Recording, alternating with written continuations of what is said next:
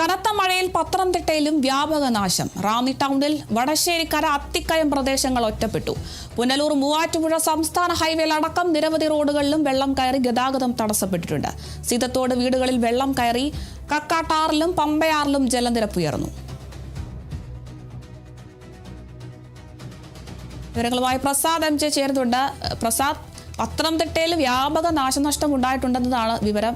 ഇപ്പോൾ ദൃശ്യങ്ങൾ കാണുന്ന പോലെ തന്നെ മുഴുവനും വെള്ളത്തിൽ മുങ്ങി ഒരു പ്രളയ സമാനമായ സാഹചര്യത്തിലാണ് ഈ ഒരു പ്രദേശം ഒട്ടാകെ നിൽക്കുന്നത്. നിലവിൽ ഇപ്പോഴും മഴ തുടരുകയാണോ? കനത്ത നാശനഷ്ടങ്ങളുണ്ടോ? നാശനഷ്ടങ്ങളുടെ വ്യാപ്തി കൂടുതലാണോ? വിശദാംശങ്ങൾ എങ്ങനെയാണ്? 2018 അതിനുശേഷം 2019 ശേഷം രണ്ടു പ്രളയങ്ങളാണ് പത്തനംതിട്ട ജില്ല നേരിടേണ്ടി വന്നത്. അതിനെ തന്നെ ഓർമ്മിപ്പിക്കുന്ന തരത്തിലാണ് കഴിഞ്ഞ 2 ദിവസമായി നിർത്താതെ പെയ്ത മഴയെ തുടർന്നാണ് ഇത്രയും വളരെ ഭീകരമായി തന്നെ നദികളിലെ ജലനിരപ്പ് ഉയരാൻ കാരണം. നമുക്കൊരു ആശ്വാസം തരുന്ന അരുണിമ, ഡാമുകളിലൊക്കെ ഇപ്പൊ വെള്ളം വളരെ കുറവാണ്. അതായത് 3 സ്ഥലങ്ങളിലാണ് ജില്ലാ ഭരണകൂടവും ദുരന്ത നിവാരണ അതോറിറ്റി നമ്മൾ അറിയിച്ചിട്ടുള്ളത്. ഇന്നലെ രാത്രി, ഇന്ന് പുലർച്ചെ 3, അതായത് കോന്നിയിലും റാന്നിയിലും ഉള്ള 3 വനപ്രദേശത്ത് ഉണ്ടായിട്ടുള്ള അതിശക്തമായിട്ടുള്ള ഉരുൾപൊട്ടലിനെ തുടർന്നാണ് നദികളിലേക്ക് ഈ വെള്ളം മണിക്കൂറുകൾക്കുള്ളിൽ നദികളിലേക്ക് ഒരു ഡാം തുറന്നു വിട്ടാറുണ്ട അനുഭവത്തിലാണ് ഈ വെള്ളം ഇരച്ച് കയറി വന്നത്. അതായത് നേരം പുലർന്നപ്പോൾ തന്നെ റാന്നി ടൗൺ, അത് 2018 വെള്ളപ്പൊക്കത്തിന് സമാനമായി തന്നെ റാന്നി ടൗൺ മുങ്ങി. ഏകദേശം താഴ്ന്ന പ്രദേശങ്ങളിലൊക്കെ താമസിക്കുന്നവരൊക്കെ പ്രാണരക്ഷാർത്ഥം കൊണ്ട് വീടിന്റെ മുകളിലേക്ക് ഓടിക്കയറിയതിനാലാണ് അപകടങ്ങളൊന്നും സംഭവിക്കുന്നത്. പക്ഷെങ്കിൽ താഴ്ന്ന പ്രദേശങ്ങളിലെ വീടുകളും കടകളും ഒക്കെ പൂർണ്ണമായും വെള്ളത്തിന് അടിയിലാണ്. ദുരന്ത നിവാരണ സേന അങ്ങോട്ട് പോയിട്ടുണ്ട്. രക്ഷാപ്രവർത്തനവും റാന്നി MLA പടവളം മധുവിന്റെ നേതൃത്വത്തിൽ ഏകോപിപ്പിക്കുന്നുണ്ട്.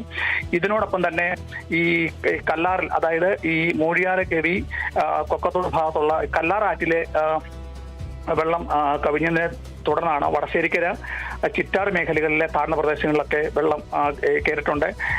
ഈ മലയോര മേഖലയിലേക്ക് പോകുന്ന പ്രധാന റോഡുകളിലൊക്കെ ഈ മരങ്ങളൊക്കെ കടപുഴകി വീണ് ഗതാഗതങ്ങളൊക്കെ സ്തംഭിച്ചിട്ടുണ്ട്. അതിനോടൊപ്പം തന്നെയാണ് പമ്പാ നദി കരകവിഞ്ഞതിനെ തുടർന്ന് ഞാനിപ്പോൾ നിൽക്കുന്ന ആറന്മുള സത്രക്കടവിലാണ്. ഇത് ചെങ്ങന്നൂർ കോഴഞ്ചേരി ഭാഗത്തേക്ക് പോകുന്ന റോഡ് ഗതാഗതമെല്ലാം ഒറ്റപ്പെട്ടിരിക്കുകയാണ്. ഇതൊരു തുരുത്ത് പോലെ തന്നെ ഈ പ്രദേശം ഇപ്പോൾ ഒറ്റപ്പെട്ടിരിക്കുകയാണ്. അതായത് ഏകദേശം അരയടിയോളം തന്നെ വെള്ളം ഉയർന്നിട്ടുണ്ട്. ഇപ്പോൾ തിരുവല്ല താലൂക്കിലും ജില്ലയിലെ മറ്റു മേഖലകളിൽ ഇപ്പോൾ അടിയന്തരമായി 5 ക്യാമ്പുകൾ ഏർപ്പെടുത്തിയിട്ടുണ്ട്. ഒരു കുടുംബത്തെ അത്ഭുതകരമായി രക്ഷപ്പെടുത്തി ഈ ക്യാമ്പിൽ എത്തിച്ചെന്നാണ് കഴിയുന്നത്. ജില്ലാ കളക്ടറുടെ മേൽനോട്ടത്തിൽ ദുരന്ത നിവാരണ അതോറിറ്റിയുടെ നേതൃത്വത്തിൽ എല്ലാ മേഖലകളിലും രക്ഷാപ്രവർത്തനം ഏർപ്പെടുത്തിയിട്ടുണ്ട്. ഇതുപോലെ ആളപായങ്ങളൊന്നും തന്നെ നമുക്ക് രേഖപ്പെടുത്താൻ കഴിഞ്ഞിട്ടില്ല. പക്ഷെങ്കിൽ താഴ്ന്ന പ്രദേശങ്ങളിലെല്ലാം വെള്ളം കയറിയിട്ടുണ്ട്. 2018 2010 സമാനമായ രീതിയിലാണ് 5 പ്രധാനപ്പെട്ട നദികളിലൊക്കെ കര കവിഞ്ഞ തരത്തിലാണ് വെള്ളം ഇപ്പോൾ പോകുന്നത്. അരുണിമ, ശരി, വ്യക്തമാണ്. എന്തായാലും പത്തനംതിട്ടയിലും വ്യാപക നാശനഷ്ടങ്ങളൊക്കെയാണ് ഉണ്ടായിട്ടുള്ളത്. എന്തായാലും റാന്നി ഭാഗത്ത് പ്രളയ സമാനമായ സാഹചര്യമാണ്. വെള്ളത്തിൽ മുങ്ങി നിൽക്കുകയാണ്, ഒറ്റപ്പെട്ട് നിൽക്കുകയാണ് റാന്നി ടൗണൊക്കെ. വടശ്ശേരിക്കര അത്തിക്കായം പ്രദേശങ്ങളും ഒക്കെ ഇത്തരത്തിൽ വെള്ളത്തിൽ മുങ്ങി ഒറ്റപ്പെട്ട് നിൽക്കുകയാണ്. പുനലൂർ മൂവാറ്റുപുഴ സംസ്ഥാന ഹൈവേയിൽ അടക്കം റോഡുകളിലൊക്കെ വെള്ളം കയറി ഗതാഗതമൊക്കെ തടസ്സപ്പെട്ടിട്ടുണ്ട്. അതുപോലെ തന്നെ തോടുകളിലും ആറിലും ഒക്കെ ജലനിരപ്പ് ഉയർന്ന ഒരു സാഹചര്യം ഉണ്ടായിട്ടുണ്ട്. സീതത്തോട് വീടുകളിലൊക്കെ വെള്ളം കയറിയിട്ടുണ്ട്. കക്കാട്ടാറിലും പമ്പയാറിലും ഒക്കെ ജലനിരപ്പ് ഉയർന്ന സാഹചര്യമാണ്. എന്തായാലും വലിയ ഒരു ആശങ്കയിലാണ് ഈ ഒരു പ്രദേശവാസികളൊക്കെ തന്നെയും. എന്തായാലും ഒറ്റപ്പെട്ട് കഴിഞ്ഞിരിക്കുന്നു. ഈ ഒരു വെള്ളത്തിൽ മുങ്ങി വലിയൊരു പ്രളയ സമാനമായ ഒരു സാഹചര്യമാണ് നമുക്ക് ഈ ദൃശ്യങ്ങളിൽ നിന്ന് വ്യക്തമാകുന്നത്. വീടുകളൊക്കെ പകുതിയോളം ഭാഗം ഇത്തരത്തിൽ വെള്ളത്തിനടിയിൽ ആക്കപ്പെട്ട പോലത്തെ ഒരു അവസ്ഥയാണ്. എന്തായാലും കനത്ത ജാഗ്രതാ നിർദ്ദേശം തന്നെ ഈ ഒരു പ്രദേശത്ത് ജില്ലാ ഭരണകൂടം നൽകിയിട്ടുണ്ട്. കൂടുതൽ വിശദാംശങ്ങൾ നൽകിയത് പ്രസാദ് MJ ആണ്.